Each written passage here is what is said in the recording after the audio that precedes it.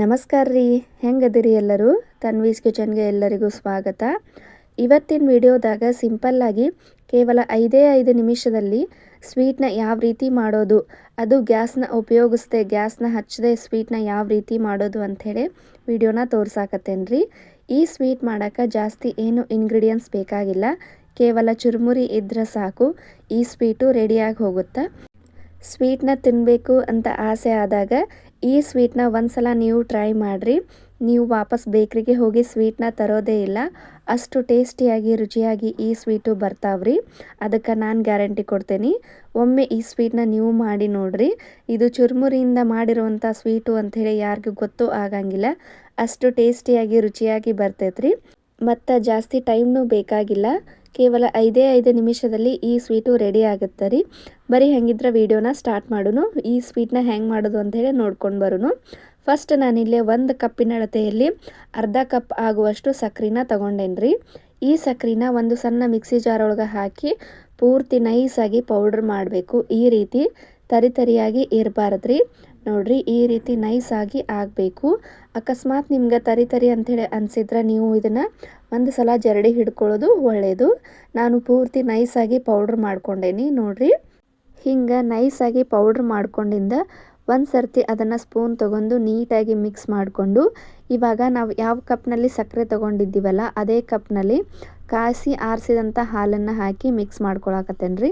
ಒಂದು ಕಾಲು ಕಪ್ನಷ್ಟು ಹಾಲನ್ನ ಹಾಕಿ ಈ ರೀತಿ ಗಂಟುಗಳೇನು ಇರಬಾರ್ದು, ಹಂಗೆ ನೀಟಾಗಿ ಮಿಕ್ಸ್ ಮಾಡ್ಕೋಬೇಕು.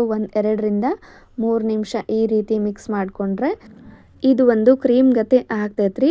ಯಾವುದೇ ಗಂಟುಗಳಿರಬಾರ್ದು ಮತ್ತು ಯಾವುದೇ ಲಂಪ್ಸ್ ಇರಬಾರ್ದು. ಆ ರೀತಿ ನೀಟಾಗಿ ಮಿಕ್ಸ್ ಮಾಡ್ಕೋಬೇಕು. ಮತ್ತು ಹಾಲನ್ನ ಒಮ್ಮೆ ಜಾಸ್ತಿ ಹಾಕೊಳಕ್ಕೆ ಹೋಗಬೇಡ್ರಿ. ನೋಡಿಕೊಂಡು ಸ್ವಲ್ಪನೇ ಹಾಕೋಬೇಕು. ನೋಡಿರಿ, ಈ ರೀತಿ ಸ್ಟ್ರಕ್ಚರ್ ಬರಬೇಕು. ಈ ಸ್ವೀಟನ್ನು ಯಾರು ಬೇಕಾದರೂ ಆರಾಮಾಗಿ ಮನೆಯಲ್ಲೇ ಮಾಡ್ಕೋಬೋದು. ಎಷ್ಟು ಸುಲಭ ಅಂದರೆ ಕೇವಲ 5 ನಿಮಿಷದಲ್ಲಿ ಗ್ಯಾಸ್ನ ಉಪಯೋಗಿಸದೆ ಈ ಸ್ವೀಟು ರೆಡಿಯಾಗಿ ಹೋಗುತ್ತೆ ರೀ. ನೋಡಿರಿ, ಈ ರೀತಿ ಕ್ರೀಮ್ ಗತ್ಲೆ ಸ್ಟ್ರಕ್ಚರು ಬರಬೇಕಾದ್ರದ್ದು. ಇವಾಗ ಇದನ್ನು ಸೈಡ್ಗಿಟ್ಟು ನಾವು ಯಾವ ಕಪ್ನಾಗ ಸಕ್ಕರೆ ತೊಗೊಂಡಿದ್ದೀವಲ್ಲ ಅದೇ ಕಪ್ನಾಗ 2 ಕಪ್ ಆಗುವಷ್ಟು ಚುರುಮುರಿನ ತೊಗೊಳಕತ್ತೇನೆ ರೀ.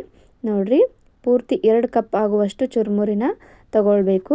ಈ ಚುರುಮುರಿನ ಪೂರ್ತಿ ನೈಸಾಗಿ ಪೌಡ್ರ್ ಮಾಡ್ಕೋಬೇಕು. ಇದು ಅಷ್ಟೇ, ಯಾವುದೇ ರೀತಿಯಾದಂಥ ಗಂಟುಗಳೇನು ಇರಬಾರ್ದು. ಇವಾಗ ಇದಕ್ಕೆ ಒಂದು 4 ರಿಂದ 5 ಗೋಡಂಬಿ ಪೀಸ್ನ ಹಾಕ್ತಾಯಿದ್ದೀನಿ.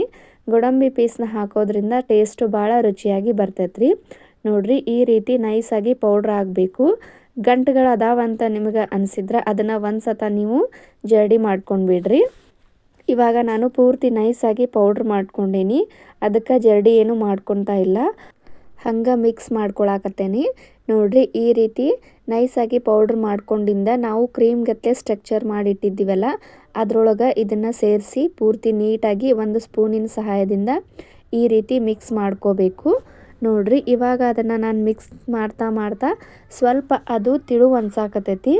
ಈ ರೀತಿ ಆದ್ರೆ ನಮ್ಗೆ ಸ್ವೀಟ್ ಮಾಡೋಕ್ಕೆ ಬರಂಗಿಲ್ಲ. ಈ ರೀತಿ ಆದ್ರೆ ನೀವು ಇನ್ನೊಂದು ಕಪ್ ಚುರುಮುರಿನ ಅದೇ ಕಪ್ನಾಗ ಇನ್ನೊಂದು ಕಪ್ ಚುರುಮುರಿ ತೊಗೊಂಡು ಅದೇ ಮಿಕ್ಸಿ ಜಾರ್ ಒಳಗೆ ಹಾಕಿ ಪೌಡ್ರ್ ಮಾಡಿಕೊಂಡು ಇದಕ್ಕೆ ಸೇರಿಸ್ಕೋಬೇಕ್ರಿ. ಸ್ವಲ್ಪ ಹಾಲು ಜಾಸ್ತಿ ಆಗಿರೋದ್ರಿಂದ ಈ ರೀತಿ ತಿಳುವಾಗೈತ್ರಿ. ಅದಕ್ಕಾಗಿ ಇನ್ನೊಂದು ಕಪ್ಪು ಚುರುಮುರಿನ ಈ ರೀತಿ ಪೌಡ್ರ್ ಮಾಡಿಕೊಂಡು ಮಿಕ್ಸ್ ಮಾಡಿಕೊಂಡ್ರೆ ಇವಾಗಿದು ಸ್ಟ್ರಕ್ಚರು ಕರೆಕ್ಟಾಗಿ ಬಂದೈತ್ರಿ. ನೋಡಿರಿ, ಈ ರೀತಿ ಆಗಬೇಕು.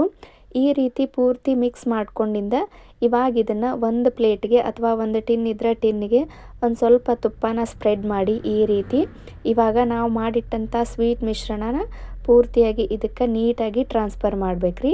ನೋಡಿರಿ, ಈ ರೀತಿ ಟ್ರಾನ್ಸ್ಫರ್ ಮಾಡಿಂದ ಒಂದು ಸ್ಪೂನ್ ತಗೊಂಡು ನೀಟಾಗಿ ಪೂರ್ತಿ ಟಿನ್ ತುಂಬ ಆಗುವಂಗೆ ಈ ಮಿಶ್ರಣನ ಒಂದೇ ಸಮ ಆಗುವಂಗೆ ನೀಟಾಗಿ ಸ್ಪ್ರೆಡ್ ಮಾಡ್ಕೋಬೇಕ್ರಿ. ನೋಡಿರಿ, ಈ ರೀತಿ ನೀಟಾಗಿ ಸ್ಪ್ರೆಡ್ ಮಾಡಿಂದ ಈಗ ಈ ಸ್ವೀಟ್ ಮಿಶ್ರಣನ ಫ್ರಿಜ್ ಒಳಗೆ ಇಡೋದಾದ್ರೆ 10 ನಿಮಿಷ ಸಾಕ್ರಿ. ಹೊರಗಡೆ ಇಡೋದಾದ್ರೆ 15 ನಿಮಿಷ. 15 ನಿಮಿಷ ಹೊರಗಡೆ ಇಟ್ಟರೆ ಇದು ಪೂರ್ತಿಯಾಗಿ ಗಟ್ಟಿ ಆಗಿಬಿಡ್ತೈತಿ. ಫ್ರಿಜ್ ಒಳಗೆ ಇಟ್ಟರೆ 10 ನಿಮಿಷ ಸಾಕು. ಪೂರ್ತಿ ಈ ರೀತಿ ಸ್ಪ್ರೆಡ್ ಮಾಡಿಂದ 10 ನಿಮಿಷ ಬಿಟ್ಟ ನಾನಿಲ್ಲೇ ನೋಡಾಕತ್ತೇನೆ ರೀ. ನೋಡಿರಿ, ಸ್ವೀಟು ಎಷ್ಟು ಚೆನ್ನಾಗಿ ರೆಡಿ ಆಗೈತೆ ಅಂಥೇಳಿ. ಈ ಸ್ವೀಟ್ನ ಚುರುಮರಿಯಿಂದ ಮಾಡಿರೋದು ಅಂಥೇಳಿ ಯಾರೂ ಕಂಡು ಹಿಡಿಯೋದಿಲ್ಲ. ಅಷ್ಟು ನೀಟಾಗಿ ಪರ್ಫೆಕ್ಟಾಗಿ ಈ ಸ್ವೀಟು ಬಂದಿರುತ್ತೆ ರೀ. ನಿಮ್ಗೆ ಸ್ವೀಟ್ ತಿನ್ನಬೇಕು ಅಂತ ಅನಿಸಿದಾಗ ಕೇವಲ 5 ನಿಮಿಷದಲ್ಲಿ ಮಾಡ್ಕೋಬಹುದಾದಂಥ ಸ್ವೀಟ್ ರೆಸಿಪಿ ರೀ ಇದು. ತುಂಬ ಟೇಸ್ಟಿಯಾಗಿ ಬರುತ್ತೆ ಮತ್ತು ತುಂಬ ರುಚಿಯಾಗಿ ಬರುತ್ತೆ. ಇಷ್ಟಪಟ್ಟು ತಿಂತಾರ ಮನೆಯವರೆಲ್ಲ ಮಾಡಿಕೊಟ್ರೆ. ಇದಕ್ಕೆ ನಾನು ಗ್ಯಾರಂಟಿ ಕೊಡ್ತೀನಿ. ನೀವು ಒಂದ್ಸಲ ಈ ಸ್ವೀಟ್ನ ಟ್ರೈ ಮಾಡಿ ಕಮೆಂಟ್ ಮಾಡಿ ಹೇಳ್ರಿ ಹೆಂಗೆ ಬಂತು ಅಂಥೇಳಿ. ಈ ಸ್ವೀಟ್ ರೆಸಿಪಿ ನಿಮ್ಗೆ ಇಷ್ಟ ಆಗಿದ್ರೆ ಚಾನಲ್ನ ಸಬ್ಸ್ಕ್ರೈಬ್ ಮಾಡ್ಕೊರಿ. ಹಾಗೆ ಈ ಸ್ವೀಟ್ಗೆ ಒಂದು ಲೈಕ್ ಕೊಡೋದನ್ನು ಮಾತ್ರ ಮರಿಬೇಡಿ. ಈ ಸ್ವೀಟು ನಿಮ್ಗೆ ಸ್ಕ್ವೇರ್ ಶೇಪ್ ಒಳಗೆ ಬೇಡ ಅಂದ್ರೆ ನೀವು ರೌಂಡ್ ಶೇಪ್ ಒಳಗೆ ಪೇಡಾದ ಕತೆನೂ ಮಾಡಿ ಇಟ್ಕೋಬೋದ್ರಿ.